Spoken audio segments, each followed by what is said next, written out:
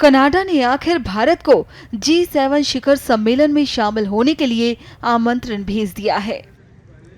Canada के PM mark Carney ने PM Modi को फोन कर G7 शिखर सम्मेलन में आने का निमंत्रण दिया। पीएम मोदी ने खुद इस बात की जानकारी दी। पीएम मोदी ने एक्स हैंडल पर लिखा, कनाडा के प्रधानमंत्री मार्क जी कार्नी से फोन पर बात करके खुशी हुई। हाल ही में हुए चुनाव में उनकी जीत पर उन्हें बधाई दी और इस महीने के अंत में कनान्स्किस में होने वाले G7 शिखर सम्मेलन में आमंत्रित करने के लिए उन्हें धन्यवाद दिया।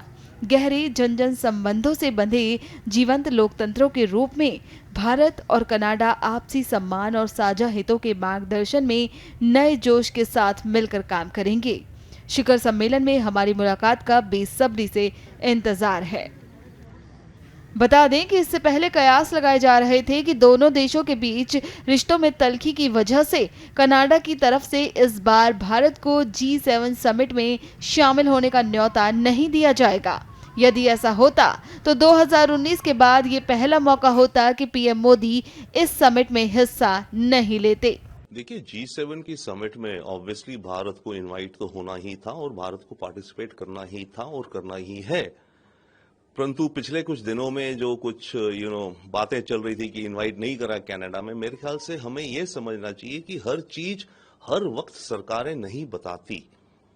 भारत के पास इनवाइट आ रखा था, होगा, पर हम भी तो डिले कर सकते हैं उसको ऑफिशियली कंफर्म करना, ताकि कनाडा को ज्यादा मेहनत करनी पड़े हमें इनवाइट करने को। तो आप देखिए, जो फोन कॉल थी वो phone call Carney Canadian prime minister ने की प्राइम मिनिस्टर मोदी को, और तब भारत ने कंफर्म करा। तो बहुत बार आप डिप्लोमेसी में ये भी चालें चलते हैं कि आपके पास इनविटेशन आए होते हैं पर आप उनको जवाब नहीं देते, क्योंकि आप चाहते हैं कि जो दूसरी पार्टी है वो कुछ थोड़ी और मेहनत करे आपको इनवाइट करने में। तो मेरे ख्याल से ये प्ले आउट हुआ। तो ऑब्वियसली भारत का रोल इस समय वैश्विक इकोनॉमी को लीजिए, जियोपॉलिटिक्स को लीजिए, दुनिया में सद्बुद्धि शांति के लिए लीजिए, हमारी आवाज और हमारा वजन बहुत बढ़ चुका है। तो पार्टिसिपेट हम करेंगे, बट यस चैलेंजेस बहुत हैं, तो उन पे डिस्कशन होगा। प्रधानमंत्री कार्नी ने अब प्रधानमंत्री मोदी को इनवाइट करके एक तो ये भ्रम दूर कर दिया है कि वो अभी तक कि वो भी ट्रूडो की पॉलिसी से उनका असर है। और अच्छी चीज़ ये है क्योंकि प्रधानमंत्री मोदी भारत की बात करूँ तो भारत जो है G7 की समिट में, जहाँ तक मेरे को याद आता है, काफ़ी सालों से ये पार्टिसिपेट करता आ रहा है। एक तरह से हर साल पार्टिसिपेट करने का एक जो छवि बन गई थी और जो सही है कि हालांकि भारत G7 का मेंबर नहीं है, लेकिन भारत एक इमर्जिंग इकोनॉमी, एक डेवलपिंग इकोनॉमी, एक पावरफुल इकोनॉमिक कंट्री के नाते उसका जो रुतबा है वो G7 कंट्रीज़ के बराबर है। तो एक तो अगर इस बार ब्रेक हो जाता तो मैसेज गलत जाता लोग पूरे संसार में।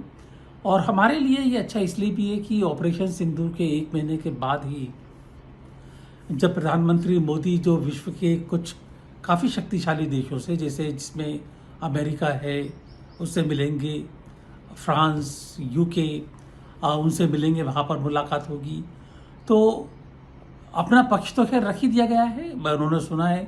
हमको ये पता चल जाएगा कि ज़्यादातर देशों का जो ऑपरेशन सिंदूर हुआ है, पाकिस्तान और भारत के बारे में क्या सोचना है, क्या उनका नज़रिया है। ज़रूरी वो इसलिए है क्योंकि जब ट्रंप ने बयान दिए, उन्होंने कुछ ऐसा कहा कि मैंने मीडिएशन किया। वो इतनी सही है गलत है वो मेरी नज़र में वो ठीक है, लेकिन सबसे अहम चीज़ ये है कि उन्होंने भारत और पाकिस्तान को एक ही कटघरे में लाकर खड़ा कर दिया, बराबरी का दर्जा दिया।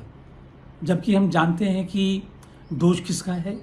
हम जानते हैं कि अगर आर्थिक दृष्टि से देखा जाए कौन ज़्यादा ताकतवर है, अगर पॉलिटिकली स्ट्रेटेजिकली देखा जाए तो कौन बड़ा है, सबको मालूम है ये।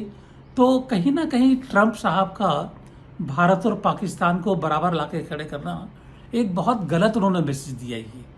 तो मेरा ख्याल है अब ये G7 समिट में जब विश्व नेताओं से बात होगी तो इस मैसेज को सही करने का एक अवसर मिलेगा और हमें भी समझने का अवसर मिलेगा कि विश्व के देश इसके बारे में क्या सोचते हैं। बहुत ज़रूरी है।